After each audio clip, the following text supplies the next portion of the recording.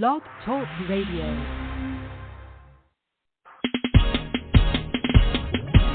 It's a new thing that's whipping the land when you don't know which way to go. The answer is Jesus and Elevation Radio.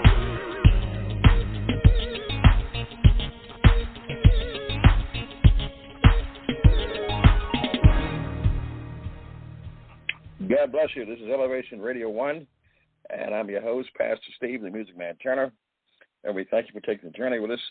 This is the program that spotlights positive people by serving God who's positive, and that's important, who are doing positive things. Our subject matter today is Blow the Whistle, Baby. Blow the Whistle, Baby. And our sub-theme is, can we end corporate abuse of dialysis patients? Oh, my goodness. Can we end corporate abuse of dialysis patients? Oh, my goodness. In the book of Ezekiel Chapter 9, there was a mention that there were a pious few who tried to stop the abominations of Israel. And it says they tried to suppress them. Finding all their attempts useless, they sat down and sighed and cried. Sometimes it feels like that when you're dealing with mega abusers and mega abominators.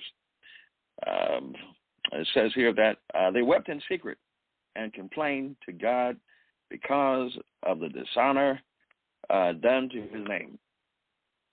Is anybody crying and sighing over the dishonor that is being done to God's name in America, in the earth, in your neighborhood, woo, maybe even in your home? Now, today we're supposed to have two medical advocates, the Right Reverend Ronald Wright, famed civil rights activist, and an executive board member of Justice Seekers, Texas.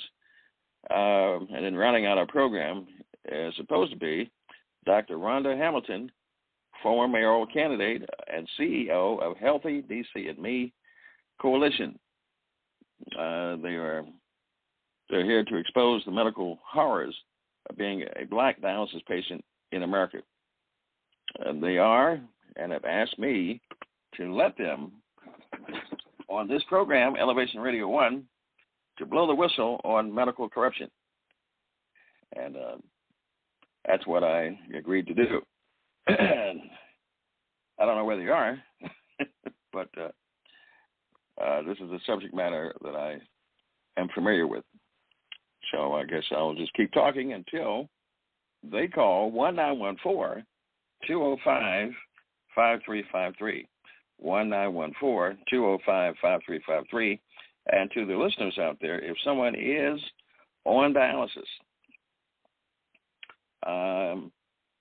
that actually is getting their dialysis from Resentia and also DaVita. And if you don't really like what's going on, if you haven't been treated correctly, if you've been mistreated, talked down to, disrespected, not given the proper dosage of medicine and all that stuff like this, and has led you to be hospitalized, admitted in the emergency room, have made you sick in the chair, and that's just giving you much pain in your access, in your arm. Oh, my goodness, unnecessary surgeries, repeat surgeries, and all that. I just don't like your doctor's funky attitude, because there are a few, and, might talk about that too. One actually told me when I was being treated and the technician wanted to take an undisclosed amount of fluid from me, which I was fighting, because if you're an experienced dialysis patient, at some point you'll learn painfully at your own expense that there are certain levels you can't go above because you feel like you get hit by a truck. The next day, you're tired, sleepy, as if you can get home, if you're not delirious and lose out your mind because they've taken too much blood from you. And I've had days where I sat in my car and one part of my brain was working, but the other cognitive features weren't working. And thank God I was talking to somebody, someone who deals with trauma, on the phone, and he said I had to ask you 9 times where you were. Finally, on the 10th time, you were able to remotely respond. my goodness. And, yeah, I had problems operating my own vehicle, which I have been doing forever. But I found a way, in some part of my mind, in my brain. I remembered my wife was at home waiting for me, and somehow on autopilot, I was able to drive my vehicle back home to her loving arms. And I forgot to say this program is dedicated to God, the head of my life. My goodness, he was right. You'll be hated for his namesake. And so I found out that some friends, and not really friends, they really secretly hate you for the God in you and the truth-telling. But it's all right. I'm a warrior, a gladiator, and a general in God's army. And so, but I found my way home, and the love was still in my brain, even though my body was ravaged by incompetent, unqualified, and really unlicensed medical staff. Yeah. Alrighty. So it looks like I'm going to have to do this program with me and God. All right. Well, it's just what it is. And so I can only say that there are data and figures and horror stories that are occurring and that have occurred with minority and black patients that deal with the supposedly life-saving medical treatment at these centers. These centers, which are conveniently located in food deserts throughout the black community and the brown community, certain zip codes. As someone said at the press conference yesterday, at the Blow the Whistle press conference in D.C., that we are targeted. It's not that you have failed to eat right. It's not that you have failed to take in consideration of your body, what you should put into it. It is the concentrated, targeted work of white folk and other folks who don't like you and don't like and afraid of the black experience, afraid that we will return to power as it was in Africa. Because it seems like even when we walk over here, if you give us a couple of inches in a yard, our royalty in the blood will come out. We'll take over. Afraid of that. Afraid of the ingenious ideas. Afraid of the inventive nature. And because I discovered that the traffic light was invented by a black man. The iron was invented by a black man. And the list goes on and on. If you in Baltimore and you go to the Greater Black Wax Museum, you'll see all those displays and showcases, and you'll see who has actually created this. And so that's important to know that you, as a black person, as a brown person, have created great things wherein God was happy because you were obedient, but also other folk were mad because they didn't think of it first. And they try to swindle you at it. My goodness. But if you created something, don't let money influence you to give it up. My goodness. Don't let it happen. And so, yeah. And so I'll tell you my story so that you understand. Your story may be something different. But at some point, I was being told that my kidneys were giving me a problem. And I was told to take more cranberry, drink more water, and stop letting folks stress you out. I had folks in the family that were the in-laws of my wife's that were disrespectful and uncommunicative and trying to run my wife. And I said, no, it ain't going to happen. So they gave me stress. Yeah, but I resisted what they were trying to do to my angel.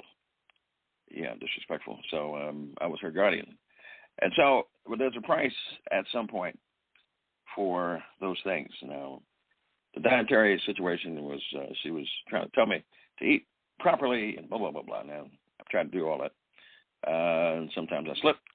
But it's the geographic location of the zip code because all in this 21215 location is fast food, fried chicken, and anybody knows me know I got an affinity for fried chicken. Popeyes over here, good God Almighty. Got KFC over here.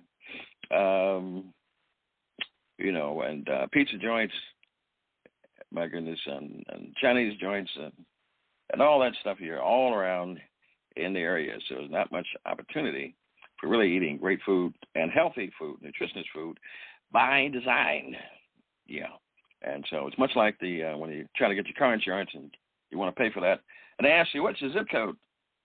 And once I got hip to that, my rate's probably going to go up if I tell you the zip code I'm in. And I, you know, battling with the agent, why is the zip code important? Why is that? Why do you need to know exactly where I live, whatnot? And what comes with that, you know? And it usually comes with a high rate. Why? Because more crime, I say, in the city. But then I discovered one day while doing research for a sermon that there's more crime in white folks' areas, more crime in suburbia, more crime in the county. So how come you want to mark me down and you want to punish me for where I choose to live or where I can afford to live? What's going on with that? How come you don't target the rich like this, huh? Yeah, because, as I said yesterday, Johns Hopkins, formerly the world's greatest hospital, doesn't pay any taxes. Well, why is that? Because the mayor or the mayors who were weak, who were spineless, who were jelly-backed, had yellow coming down their back, were in cahoots. And perhaps maybe they got some envelopes, you know, white envelopes they put in the pocket to make sure that they, you know, people got special preferred treatment, because that's what they do here. They go with preferred treatment. They go to special side deals. Yeah, there's corruption everywhere. So as someone defined it, a whistleblower, and everybody can't be one. Matter of fact, it's something that you only God can encourage you to do that, because it's a person who's tired of the inner workings of an organization or a government situation, or that has inept knowledge, extreme knowledge of something, and they see it, and they see corruption going down every day, and they see the poor being mistreated, they see the seniors being mistreated, and they see unfairness, an unequal scale, usury. They don't like it. You know, you put more taxation on some people than others, and some other folks get away with it. And so you say, this ain't right. Okay, hold on a second. I think I got somebody here. Okay, I was doing a monologue before the phone rang, and who might I say is calling Elevation Radio 1? Hello? Yes, I hear you. Israel Wright. Uncle. How you doing? I was saying about all right? Yes, sir. I'm. I said I got to do this program until my esteemed guest, famed civil rights activist and executive board member of Justice Seekers Texas, actually call in with Dr. Rhonda Hamilton. I don't know where they are, so I'm gonna keep talking until I'm saved by the bell. Saved by the bell. I'm glad you made it in, because they told me you took off too late. I said, what do you mean he took off? I didn't know he was leaving. I kept looking for you. Uh-oh, I'm in trouble.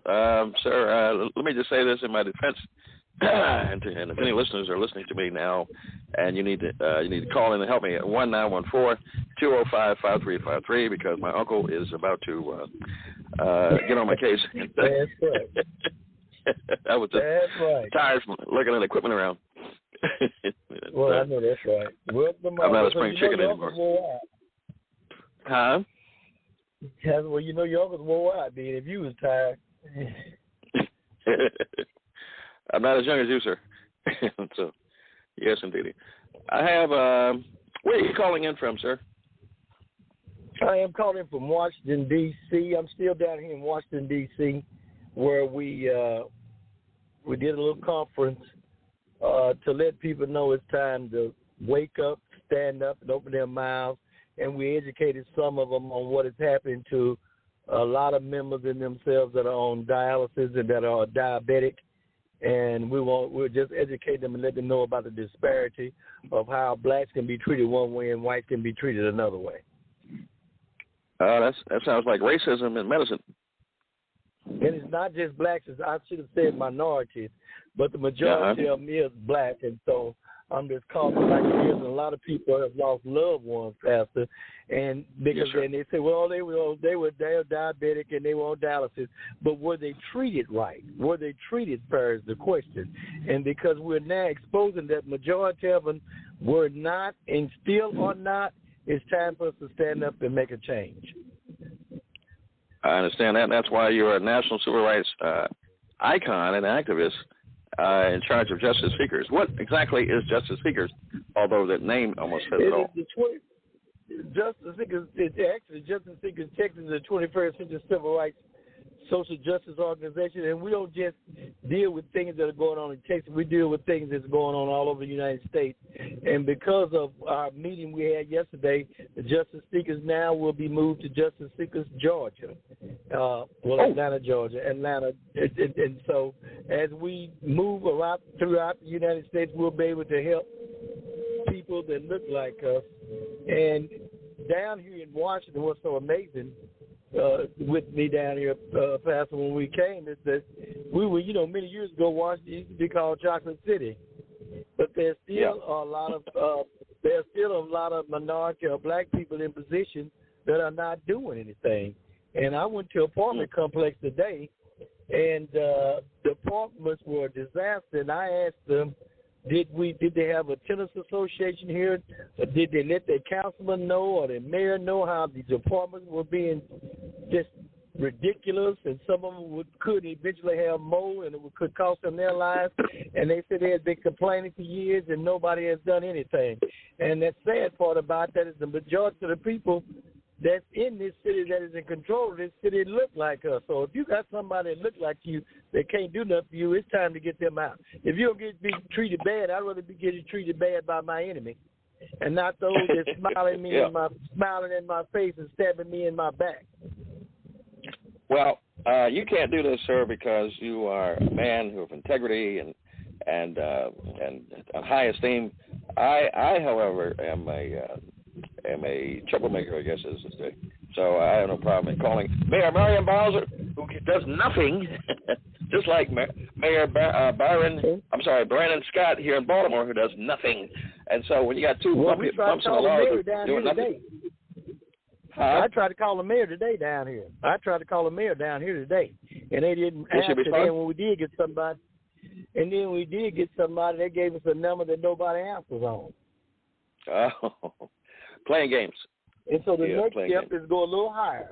When we talk to the president's office, and we're going to talk to the president and Warren Buffett, who runs dialysis, and ask and see if he's aware of how blacks are being treated. He might lie and say he don't, but he might not know. But we're going to let him know as of the day, because we're going to stand up and open our mouths and start telling what needs to be told about how we're being treated medically, not just dialysis, but we're starting out with dialysis, but how we're being treated medically. And it's time for us to wake up. Well, I can't even, that's power right there. I thank God for you. I can't even imagine coming home from, because I know that some of those Woodbury residents may have maybe have kidney issues and failure or other health issues. Can you imagine? I mean, I've seen some of the pictures. Deplorable. I mean, it's like a third world nation. Ceiling falling in, pipes leaking all over the place. Like you said, mold and all that. Who wants to come home to something like that and pay rent? You sure you weren't with us? Because what you just described is what I just saw. I'm telling you, Pastor, I just saw it. And like, if you are on dialysis and you are sickly, whatever the case, what makes you think you want to come on to something like that? And one young man doesn't even have a stove that's working. So how can you make me pay rent? My stove don't work. One place we went in there, all the floors are off. It's soft and hard, and you know that where there's water, there's mold. And once mold gets in your system, then you're in a world of trouble. So even that landlord, whoever owns that facility, he needs to be held accountable. And we call it Dallas housing down there where we are. And if you own housing and they paying you all this rent, why you can't make this thing look like it's supposed to? But if nobody says nothing, nobody's going to do anything. Yeah, because of the secret. Tormentor and not the tormented. Mm-hmm. That's right. Because of the secret hatred they have for brown and black individuals. And so they take it out within, it's all racism. They take it out because if he were affluent and white, that's different. Here's the secret they do, and I'm blowing a whistle on them. They probably going to hate. They always have hated me, though.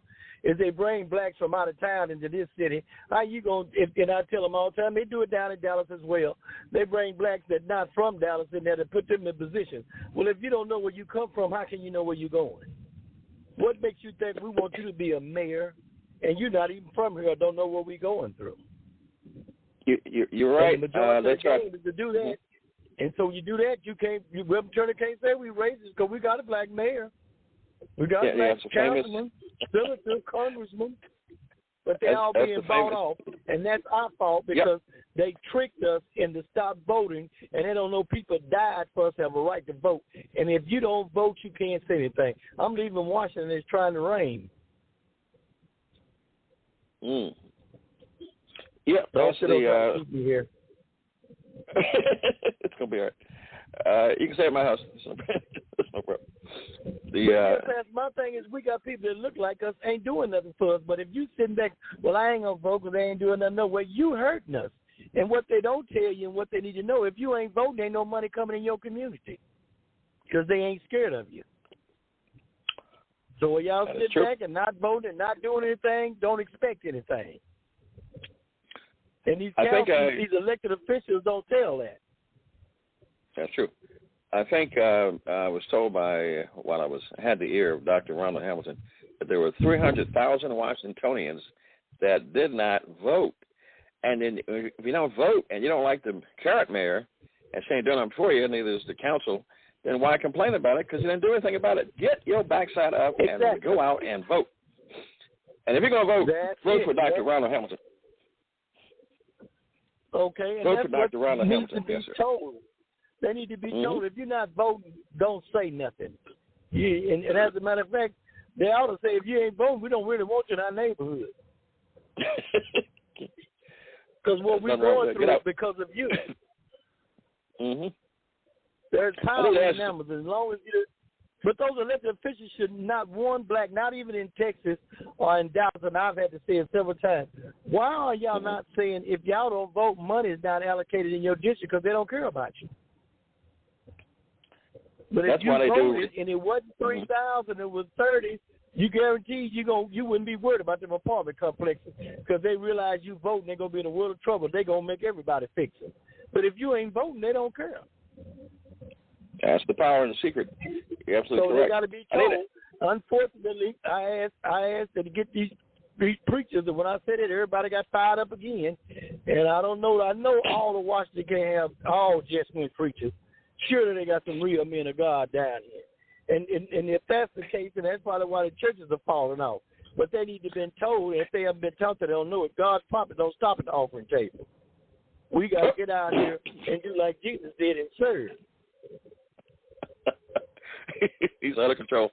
Okay, so if you're a real preacher in Washington, D.C., then please call in at 1914-205-5353, 1914-205-5353, and let us know that you are real and you're going to get on the bandwagon and vote for Dr. Ronald Hamilton. And, do that. Can I ask you a question? Pastor, we want you to be in control. We're putting Dallas Athlete Association all over the United States. We've got some members in Washington. We want you down in Baltimore setting up. I've got some in Iowa. I got some in Idaho, and we're going to set up in every state. So whenever situations are going on, and I know a lot of times we're busy. You busy, and you can't do anything. We don't want you to do everything. Pass that baton to somebody who's saying, I want to set up 5 people. And then all they got to do is keep monitoring and checking on people every day. All right. Well, since this is actually an exclusive news-breaking situation, so I will raise my right hand, and I solemnly swear on the pillars of perjury that I will help establish a dialysis association here in Baltimore. There you go. And we will send you all the information you need, and you're the representative down there from that area. So I just want to let you know, because the actions speak louder than words. I just didn't come down here to talk about it. I want to be about it. And that's why God has been blessing me, and I've been able to do things that I've been able to do, because I don't just want to be seen. I want to be heard. I want to be a big. I want you to know. Oh my God. This is why you're my uncle, sir. I adopt you. Make things happen. So, what was your question? What was your question, Okay. All right. Let me ask this question here. I have questions that I was mandated to ask you. Who opened your eyes to what's happening in the world of big dialysis? Well, I got a call from a young lady and another great guy, Chili Most, up there in Los Angeles. I want to promote him, my brother. That's your uncle. Chili's your uncle, too. I got a call from a young lady by the name of Arlene Mullins, and she called me and she said, Reverend Wright, they said, you're the person I need to call. And I said, well, where are you? Because I thought it was something in Dallas. And she said, well, I'm in Washington. And I said, well, baby, you know I'm in Dallas. She said, yeah, but they say you can help. And she said, this is what's been going on with Dallas. I said, oh, my God. And I know it because I've had a couple of situations where I had to go in there and get on DeVita's people, but I had no idea that it was done like it has been done. And so we had three people. We had two guys from Atlanta and one from Philadelphia. And she called me and said, Reb, I just got off the phone. And I said, what happened? She said, this young man said they put him on a blacklist, and he's got to drive 70, 80 miles out of town to go to dialysis. And I don't know if your listeners know or not, but when you're on dialysis and you're on diabetic, you got to go 3 times a week. So when I called this guy, he was crying. He said, man, I'm going to lose my job. And he says, because, I've got to go 3 times a week. I can't drive 90 miles out the city 3 times a week. And I said, no, you can't. I said, well, I'll see what I can do for you, brother. Don't worry about it. And when I tell them don't worry about it, I tell everybody, don't rent space out in your head for free. The battle is not yours. And so if you can fix it, fix it. If you can't, don't worry about it. And so I told the brother, I said, I'll get back with you. I called Arlene, said, Arlene, the way they hate me in Texas, as far as the medical board, let's call the Philadelphia Medical Board. And she said, okay, we'll do it. But I've tried that, but they don't. I said, let's just see. And she called them, and she was, she knows what she's doing. She saved a lot of black people. That's what a lot of people don't know. But she was talking to them, and they were very, very rude, very disrespectful. And I was listening, and I'm saying, if she's telling y'all that she knows what she's talking about, because she's a registered nurse, and all she works on is people that are diabetic, they were so rude. So I said, okay, that's enough, baby. Calm down. Let me talk to them now. And, of course, when I got through talking to them, they slammed the phone down. We hung up the phone. And 5 days later, she called me, and she sounded like she was crying. And I love telling this story because God be the glory, I get to tell the story. She called and acted as if she was crying. And I said, what happened, Arlene? The man didn't die, did he? And she said, no, he didn't die, Rep. They let him come back into the city. I said, well, that's good. And she said, but guess what? That's because you sound like you crying. What's going on? She said, guess what? I said, what? They gave him a kidney. Everybody went, wow. I went, wow. I said, glory to God. I couldn't believe it. She said, I've been out here fighting for 20-some years, and I never had them do that. And after you got through talking to him, I'd never heard anybody talk to anybody like you did. And she said, they gave the man a kidney. So by the grace of God, we ended up getting him one and another guy in Atlanta. And now we've got a third guy in Atlanta who's a former stunt guy. He was one of Kevin Hart's stunt men. We're out here defending him right now, trying to get him. And my question is, why is it that whites can get kidneys and blacks can't? And where they get them from? Us. Snatching body parts. Also, the other problem, Uncle, is that they only want to give us old drug-induced kidneys from drug addicts that only last 5 years. Now, I want a white person's kidney that lasts 20 years. Don't give me no leftover stuff. The white persons are getting your kidneys. They probably don't last long, but they're getting your kidneys. That's why they created the Texas Medical Examining Board down there in Texas. They got it all over the United States. They don't care about you killing each other. First thing they do is take that body to the examiner board, and they strip everything out of that body. And when they tell that mortician to keep his mouth closed, and undertaker, you can charge what you want for a funeral, but keep your mouth closed. And they've been taking our body parts for years. That's why you don't see a lot of blind people. You're right. You're right about that. No. Maybe we said something that somebody don't like. No, that's that card next to me. I got one of those cards. If you get too close, because you're trying to get me, you can't get away. It's stop. I got you. But yeah, that's the situation with a medical examiner board. And for us to be called the N-word and slaves and things like that, why would you want our body parts? The reason why you want them is because you know where you came from, and that is us. Watch yourself, sir. You are causing upheaval. I'm causing trouble down in Baltimore. But what we need to understand is we got to wake up. Boys, let me tell you something. There's power in numbers. And at one point in our lives, we used to be a people that loved each other and stuck by each other. And they came at us with crack, all kind of drugs. Down in Texas, they built several prisons. They didn't even need them, but they built them and ended up filling them up, and they used elected official that looked like us. He ended up buying into one of them, so they even used him to help put us in prisons and state. They call them state jails. It was actually prison, but it was state jail, and they created all everywhere, but they don't know. Same thing, make them laugh, make them cry. When you sit in the prison, Jesus was sitting there waiting on them. And so when they got in, they turned their lives around. But they did that. They came us with all kind of drugs. But when Kennedy got killed, President John F. Kennedy, Lyndon B. Johnson took his place. And Lyndon B. Johnson came to the black woman and said, you need to marry the government. And because of that, they created child support. They created Section 8 and all this thing, and they divided the home. And they tricked our black women into thinking that she was smarter than us, but the white woman wasn't smarter than him. And that divided everything. These young girls started having babies. And then I was on a gospel show, and the young lady said, I got 5 baby daddies. Ain't none of them no good.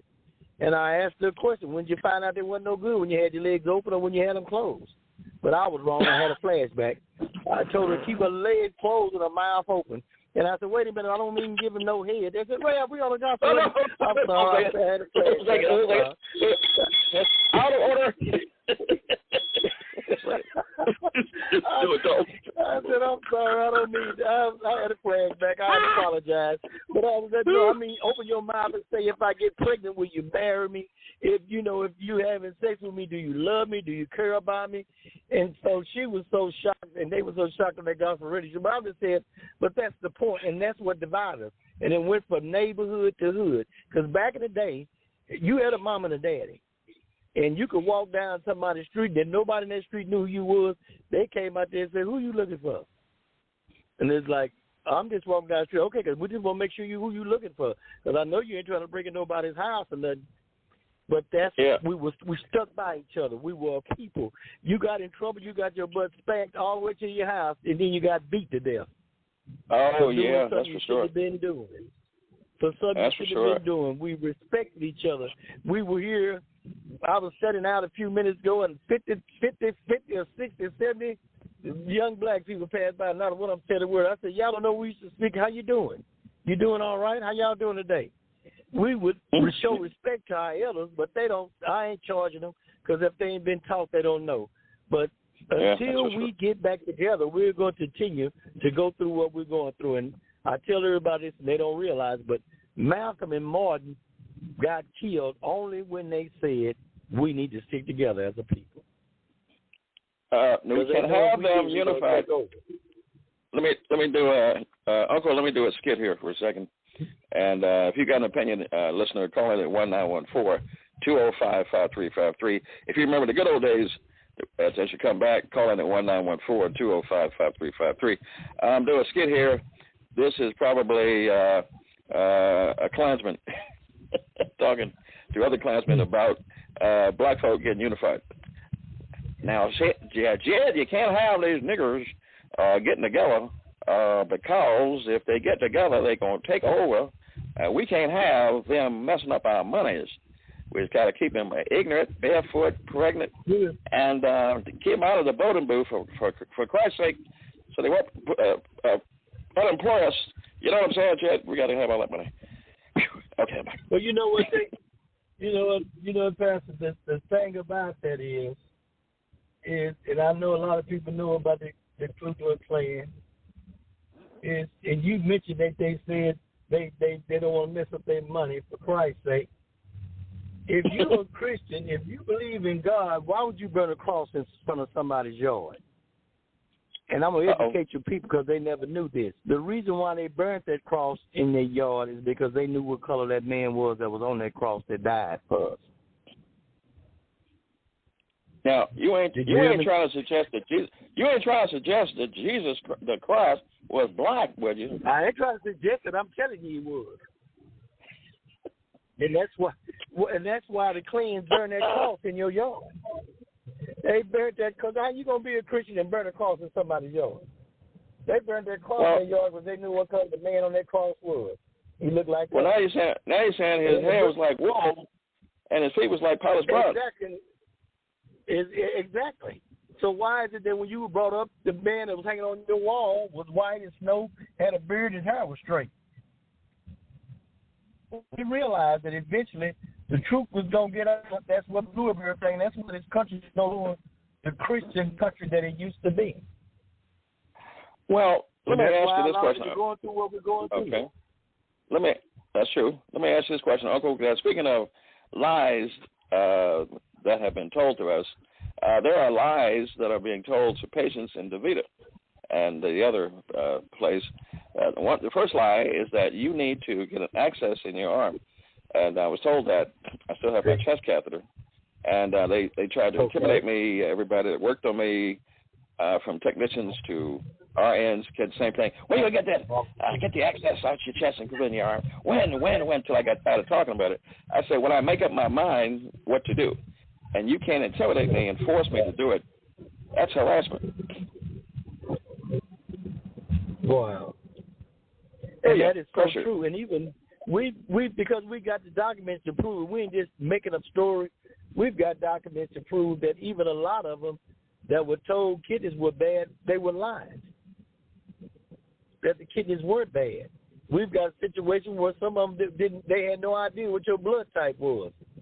And they were taking it because they were giving to certain people. It didn't matter what your blood type was. You could use the blood. And so all this is going to be exposed, and it's time for us to educate our people. Unfortunately, we don't own any media.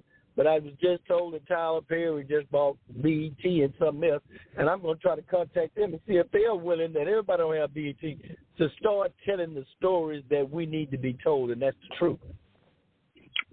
Well, I've got a contact over there, so I'll give you the number and talk to her. Well, I'd like to ask them, would y'all be willing to have a news station that tells the truth of what the hell is going on, excuse my French?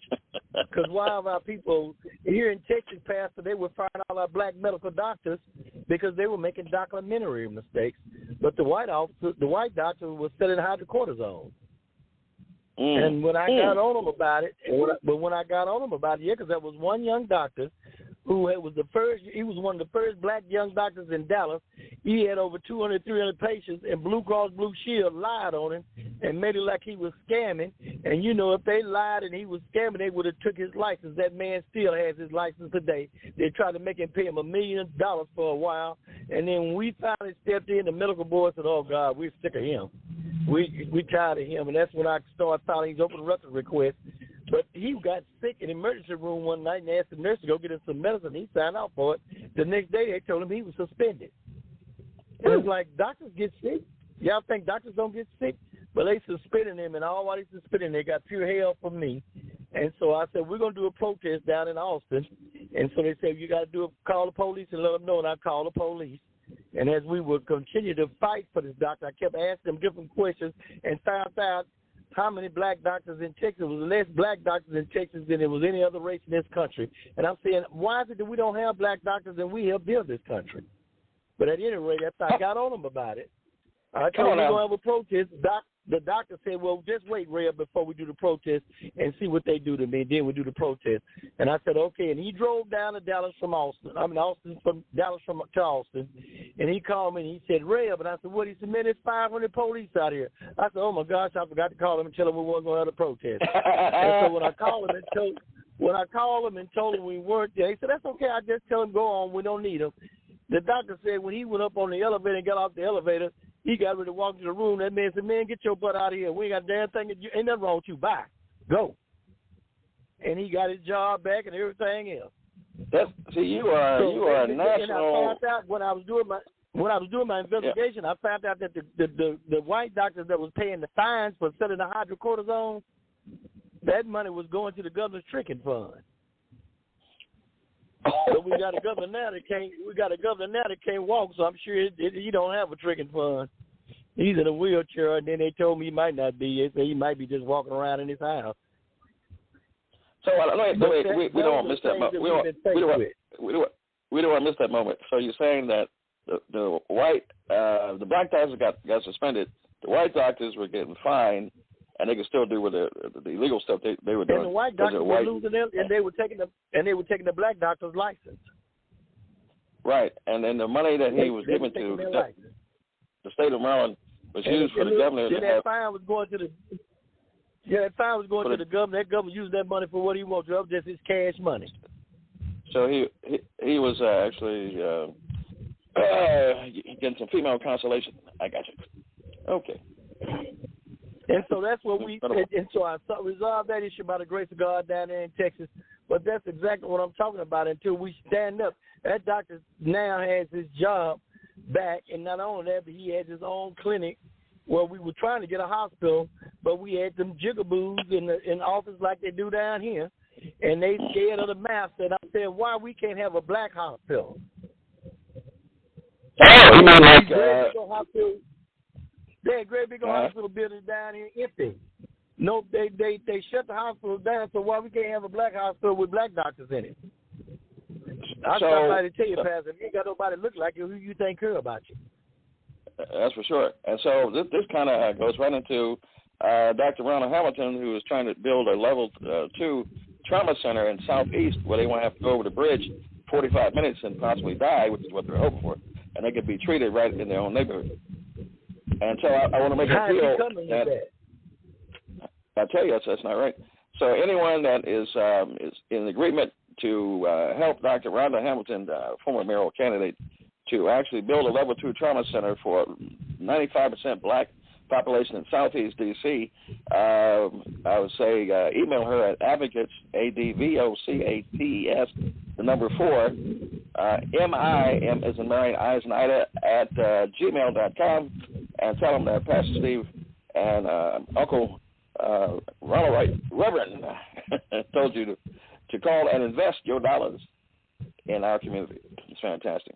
What are you hoping for in this fight, Reverend Bishop Ronald Wright, my uncle? That we stand up and start standing up and being a voice and open our mouths. And I actually, what I'm hoping for is like our theme song, Wake Up Everybody.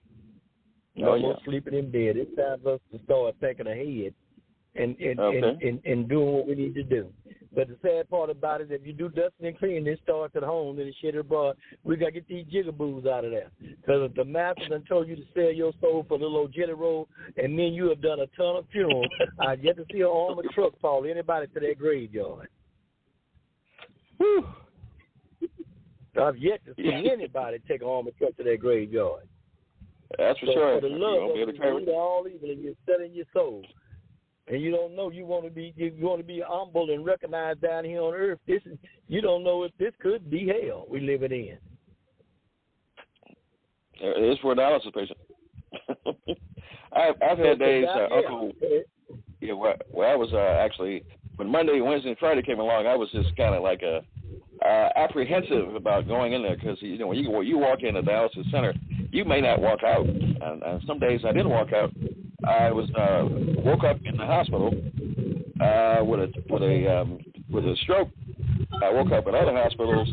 I've actually toured the hospitals down in the northwest and southwest by waking up because I was unresponsive in dialysis, and I didn't know anything would happen when I actually woke up. How did I get there? Where am I? And all that nonsense. Because they don't know what they're doing when they operate the machines. Well, I'm praying and hoping that we're able to get together and stand up and start being a voice and coming together and don't let nothing divide us. And I want the black woman to know that we love them to death. Don't let that white boy trick you into thinking anything, because as long as we divide it, we're going to never come to power. And you can't get mad because other races are being strong because they are sticking together.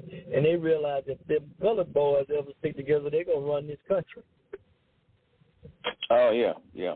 Everybody sticks together but us. The Korean Businessmen Association, they stick together. Exactly. You got this other nationality. And the Hispanics is the quiet as it's kept is now the majority in this country. They're the new black. Yes, sir. And if they ever get, and that, they are part of the minority group that's being abused by the Vita, and so they are getting ready. You know, when you make your bed hard, you got to lay down in it. And so, because we are reaping what we sowed, they're gonna do the same thing. You know, can I say something there in that situation? We don't stand up for relevant situations. We stand up for nonsense. And so, and the government and the officials who look like us know that if you just they say, how you break up a bunch of black folks congregating, and so I said, drop some basketballs and some watermelon. And so, as long as they be entertained, they can go to a park, have a little festival, they can do the face painting, and they'll be okay. That's insulting. Very. Mm-hmm. But that's what we're doing. I pray that everybody wakes up and we get out here. I'm going to, like I said, I want to get with the mayor down here, and it is wake up and start being a voice. Because being a voice don't mean we can't still live like we live in today and live. But we're not cotton-picking slaves anymore. It's called institutional slavery. Well, I'm glad you said that, Uncle. I'm glad you said that because when I was on another podcast, and I told them, I said, you know, they used to pick cotton. We used to pick cotton, but now we are in dialysis. We are the new cotton. They're making money off us every time we walk in. And so I asked the question. I said, the reason why you want to take always, if I say I want 2.5 fluids of blood from me, and you always want to take me up to 3.5 and 4.5, are you getting paid by the ounce or the second? I don't know. And the nurse looked at me like I said something insulting. But that's what I feel. Well, I just thank God, and I want to wish all your listeners happy Father's Day, and know that every day should be Father's Day and Mother's Day and Lord's Day. And yesterday we celebrated Juneteenth. That's right. Down in Texas, because we found out 3 years later we should have been free. They owe us 40 acres and a mule. But I told them I didn't want that. I'll take 2 acres and a Mercedes and a little money. A lot of money. Well, with that 2 acres, I'm going to put it in the right area. Yes, indeed. And a Mercedes and a little money. All right. Well, when you get yours, Uncle, don't forget to call your nephew. I'm going to take care of you. I'm going to definitely take care of you. I tell you, I love this family. This is great. Oh, shout out to Arlene Mullen. Shout out to Arlene Mullen. Arlene Mullen, yes. Yeah, I've adopted her as my aunt, and I finally met her actually yesterday. We've been talking on the phone for 2 years on video, and this is my new family, and they have helped to save my life and keep me alive. And God has sent them as angels of protection, and I appreciate you. So she should probably be at home. I pray that there is. But she was an awesome woman. She saved the lives of many young black people and old, and I thank God for her. Yes, indeed. Fearless. Actually, discovered that she was a war veteran, and so when she retired from the military, she actually just went and started fighting on a new battlefront. And thank God for it. Yes, indeed. Anything, the last comment you want to make, Uncle? Well, I thank God for you, Pastor Turner, and all that you have done, and we look forward to meeting with you. And like I said, we're going to wake up. It's time for us to wake up, and we're going to wake up, and we're going to get out here and make things like they need to be. And that's right. That sounds fantastic. Yes, sir. Yes, sir. You have said it, and that's important. Now you're going to do me a favor, because I know you've said it several times. Wake up. Are you going to actually sing that for us? We'll do Wake Up Everybody. No, I'll do the lyrics for you. Wake up everybody, no more sleeping in bed. No more about for thinking, time for thinking ahead. The world could be a better place than what it used to be. It's so much war and poverty. But I want to tell certain people to wake up. Doctors wake up and start making the old people feel better before they go. teachers wake up and teach these kids in a different way so they can understand what's going on. And preachers start preaching the truth. Preach what you teach, and that's the truth. Preach the truth. All right, that's what we talk about here. And I'm going to say one more thing. Politicians, stop lying. Politicians everywhere, especially former citizens. Hey, Uncle, I forgot to ask you. What's the name of your Facebook ministry? Justice Seekers. We're Justice Seekers Texas, in the ministry we actually was God Community Church of Joy, but I'm over at Rice Chapel AME, and I also do In the Room on Facebook. In the Room. We do a first In the Room. Come on in the room. Jesus is my doctor. He writes out all of my prescriptions, and he give me all my medicine in the room. I heard you singing that. You can't have your hand with God and hold your hand with a devil. Remember that That's song? right. Yeah. Yes, indeed. So I had to review my life and check it out because I felt that. Yeah. Yeah. So just everybody just look at me on Facebook if you want to get that word of God. I never go any longer than 20 minutes. After that, I go to sleep. And so, yes, I'm going to keep you long, and I always continue to hand feed you. Because as long as I hand feed you, you're going to always come back for some more food. But you do know what I'm talking about. Yes, sir.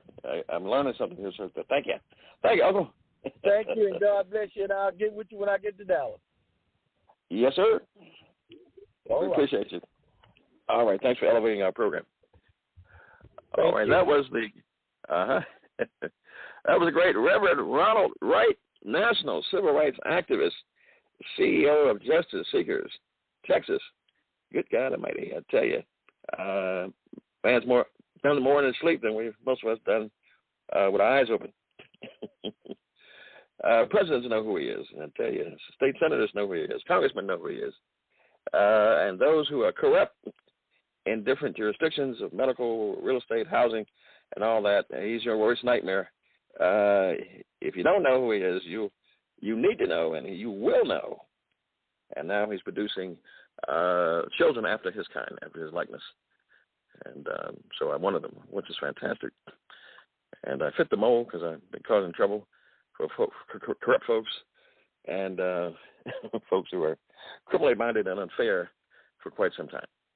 And that is what God wants, because you can't rest on your laurels and treat people like crap and make money off of the victimization of poor folk. That's not right. Yeah.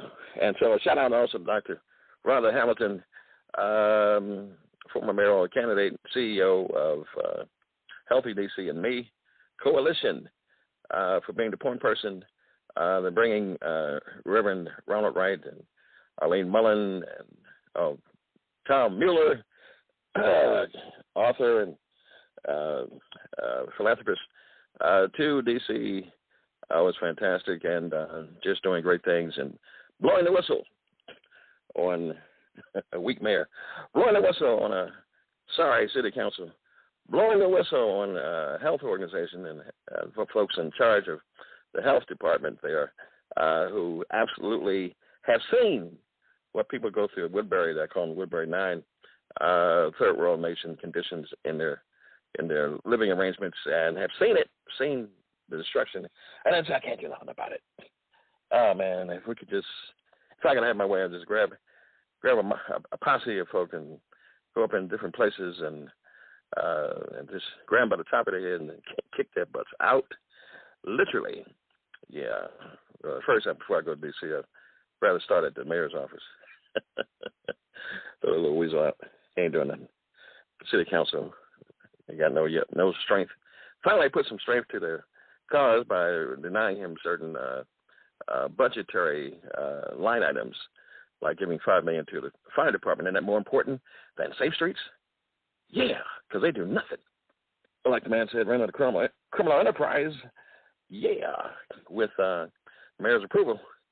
I was thinking of somebody, as I'm getting ready to go off here, blowing the whistle, is if you take the little teeny tiny suit off of the mayor with his arrogant self and put a T-shirt, a muscle beater T-shirt, and put a squeegee windshield wiper in his hand and a bottle of Ajax, he could actually pass for a squeegee kid. Incredible. Okay, well, that's enough for today.